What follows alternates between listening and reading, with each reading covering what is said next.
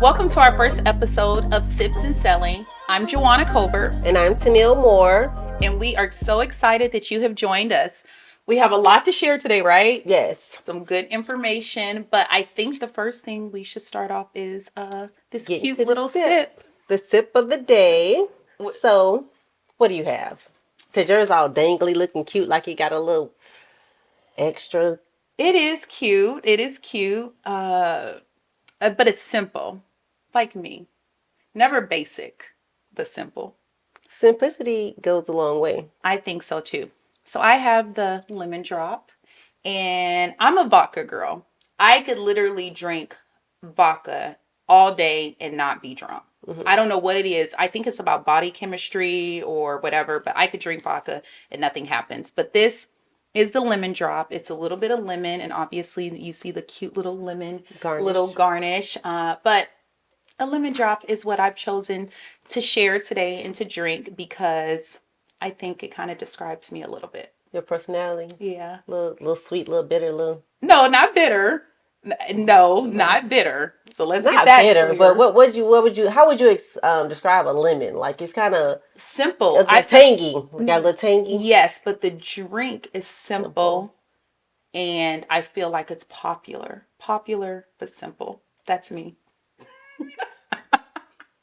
Well, my sip of the day is a traditional, old-fashioned. It's always in style. It's like a grown person drink. You don't need many. It's great for like me, especially like if I'm like trying to cut carbs. You only need 2 at the most. 2. And you'll be good. I mean, it's like mostly all alcohol, sprinkle of like bitters. I really don't know because I'm not a bartender. That's not my thing.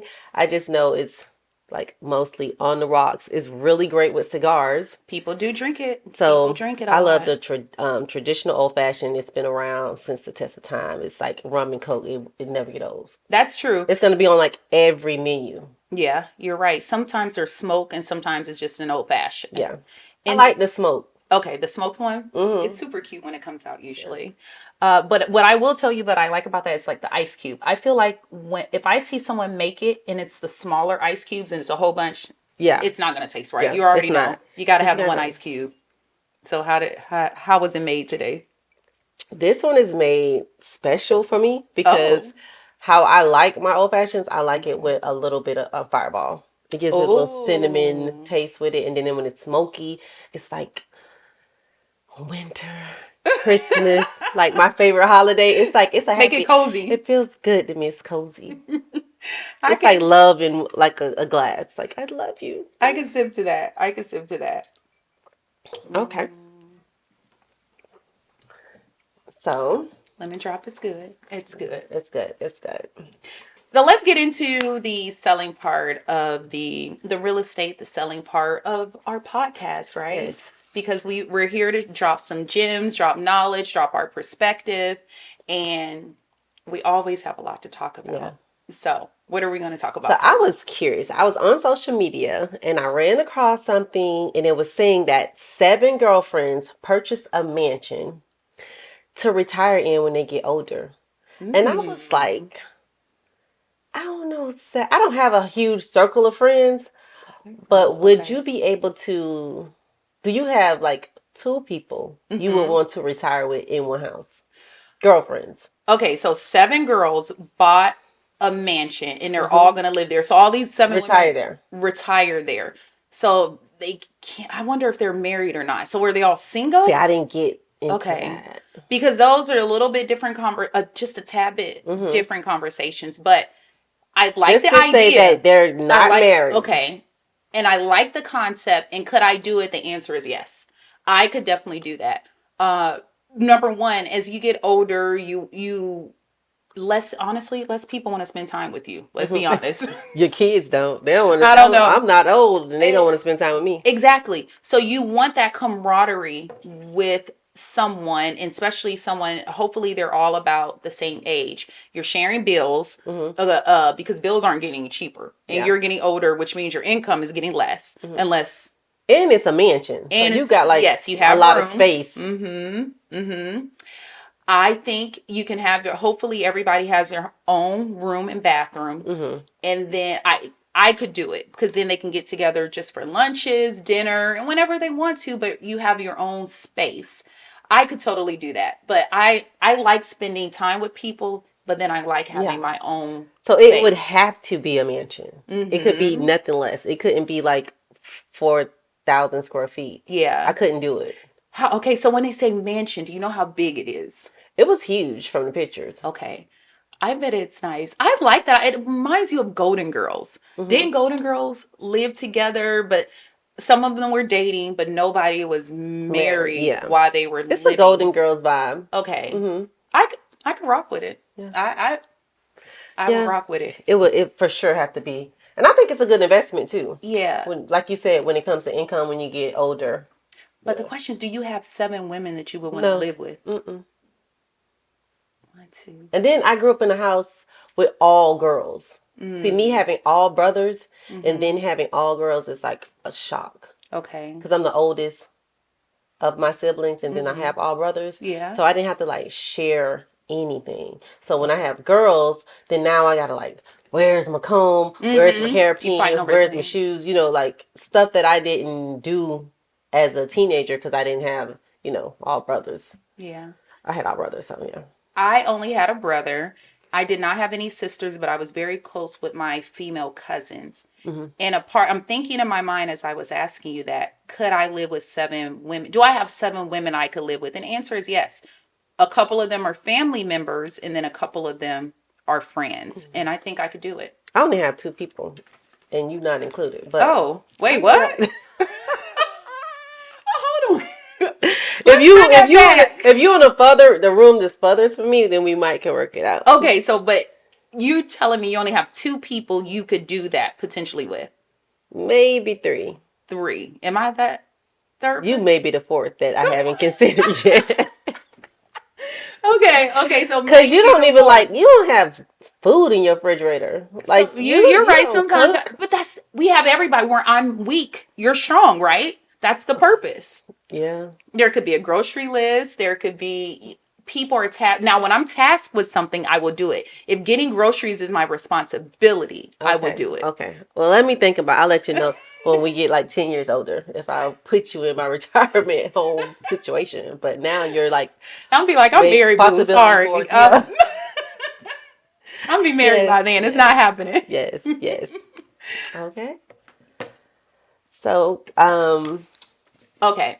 What about, this is going to be a little bit of a point of contention, so let's move forward. What about if I say the word DJ Envy? what comes to mind? Yes. Scammer. Swiper, no swiping, just a big scammer. Wait a minute, you didn't even let me get it out. Oh, well, go ahead. Why would you say scammer? Because I ran across another article on social media. So the same article I ran across. Probably. Okay, so let me just first say some of the stuff we pre-talk about for the show and some things we don't. So this is hilarious that she's saying this because we haven't even talked about it. So, okay, so you're saying scammer because of what did you come across? That he, did a Ponzi scam on an apartment complex and ran off with like 1.5 million. Okay, so we read the same article. And then anything that comes up about DJ Envy, I'm interested in it since he was so critical about our show. He was critical about selling Tampa. I remember that. But then, okay, the premise of it, he said we weren't selling real estate, but then he turned around and said the producers made it seem like we weren't selling real estate. Was that how it went? After he kind of got bashed about like not supporting black women and all this other stuff, and then he recanted his, and tried to turn it around. That's true. People do. They'll walk it back in a minute. But to your point, and I remember this because we were considering going on the show to talk about it and kind of respond to it, but it really kind of never came to fruition. Because it was what's already known to need to be told. Like, we're selling homes. Yeah. You only film for 4 months, so you don't really have to get into if you close a house in 4 months. Well, which we close homes, they just weren't filmed. Exactly. And I was going to say, and I think that's part of where his PR people probably backtrack and said that it was producers, because they do, when you're filming, the producers have the ability to edit out whatever they want. You have no control. We as cast members have no control of how they edit the show. So the way that he said that, I could understand that. He said we weren't portrayed as if we were selling, but they're probably not going to share all of that information in the show, or the producers, for whatever reason, chose to edit a lot of that out. So, point is, he was talking crap Yes. about it a little bit. So anytime I like see something like, oh, Mr. Scammer himself. And so, okay. So are you really selling real estate, or are you a scammer? That's the question, because there's a lot of opportunity when you're in real estate. There is a lot of opportunities where people pool their monies together. And obviously that's based on someone leading the pack. And so if he's saying that he had a real estate investment for them and they trusted him and gave him money, but then the real estate deal or whatever it was never happened, where is the money? Give the people the money back. It's spent. It's spent, you think? That's how it comes into a Ponzi. Let me tell you, this Ponzi scam been going on since the 1800s. The first Ponzi was by Charles Ponzi. It's his name was really Ponzi? Yeah. So that's why they call it Ponzi scam. It was Charles Ponzi. Okay. And he was getting money, had all these investors involved in, building different subdivisions and, buildings and everything. And it never came. And so, you pull money from one person and then try to pay the other person, what they invested. So you got to keep getting new investors. Yeah. But if you don't get any new investors, the money won't cycle. Okay. And so you run out of stealing from Peter to pay Paul. Yeah. And it turns into a Ponzi. And so that's kind of sounds like kind of Madoff-ish a little bit, right? Because he kind of did a similar thing where all of them did Ponzi. Okay. It's the same format. It starts off good, and somehow it just goes left. You get greedy. Yes. You bring too many people in, and you can't give people the investment that they're supposed to get, the return from their investment. Or you overpromise. Yes. And that's when it starts getting complicated. So that's what happens. Overpromise, underdeliver. So where is it? So has he said where the money is, or has he responded? I haven't seen his response. Okay. The point is that there's some money missing. DJ Envy, where is the money? We just want to know. Because 1.5 million. That's a lot of money. And then if something. But is it? It's a lot of money for people who are like investing. If you people, especially if it's our audience, like if it's someone who like gave you their savings, like 15,000 or something, it's a lot of money that you're losing, and you thought you were gonna like doing a great investment and flip this money. And hell, it could have been my retirement money for the mansion with the 7 women. That's part of the money that's where, if you're rich or if you have that money to spare, then you may not really, you're like, okay, that's just money that, I could win on, I can lose on.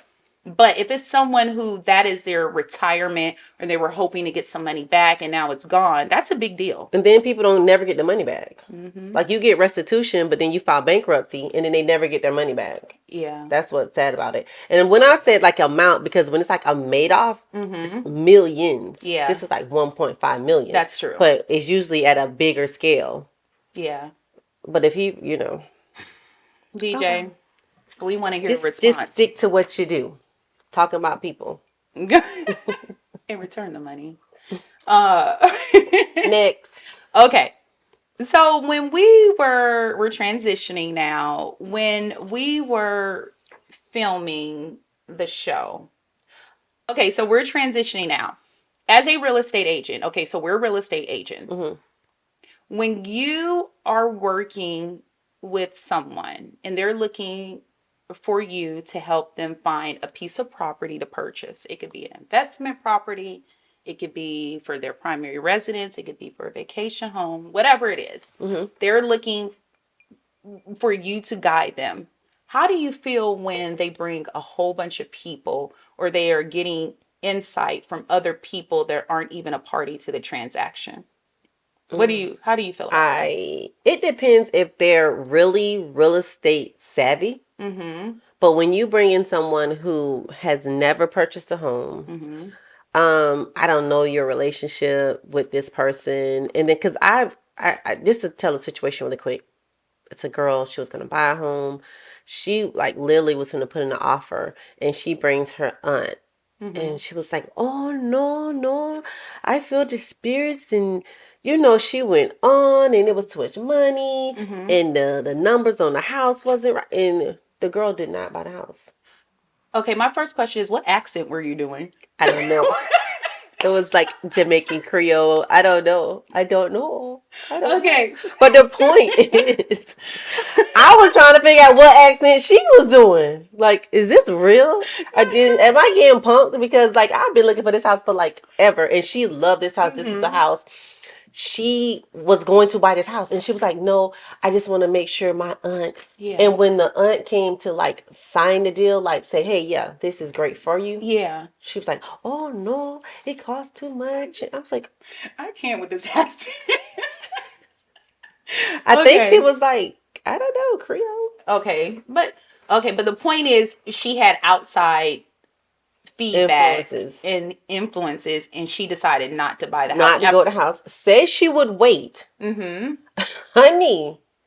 A year later, interest rates at 7 something. Oh. And she would have got it like when it was 2 point something, 3s. Yeah. Yeah. Now she was like, and she literally called me one time. It's like, yeah, I should have bought back then. Now I can't buy because I did like a follow up, reach out, Gotta do the follow up. generic something really because I was upset about the Absolutely. aunt.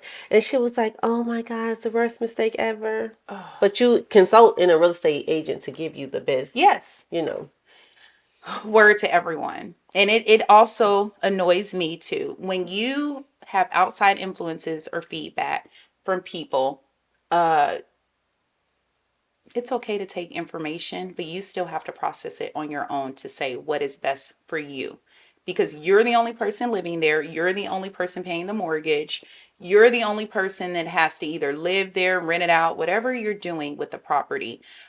Yes, some people can have outside thoughts. Maybe they went through something similar, but that doesn't mean that that is the same decision that they made for them does not mean that it's the best decision for you. And I think as real estate professionals, we have to be assertive enough to share that information with our clients, and not in a disrespectful way, but hey, they're looking to you to be their guide and their professional. Say, I know you respect their decision, but you may want to consider this for yourself. And I just think we need to be able to speak with our clients in a free manner, in a respectable manner, because we have a lot of guidance and experience and really should be kind of steering our client to make the best decision for them. So that's my little rant for real estate agents and people who rely a lot on other people's opinions. Yeah. Opinions are just like assholes. They've said it for years. Everyone has one.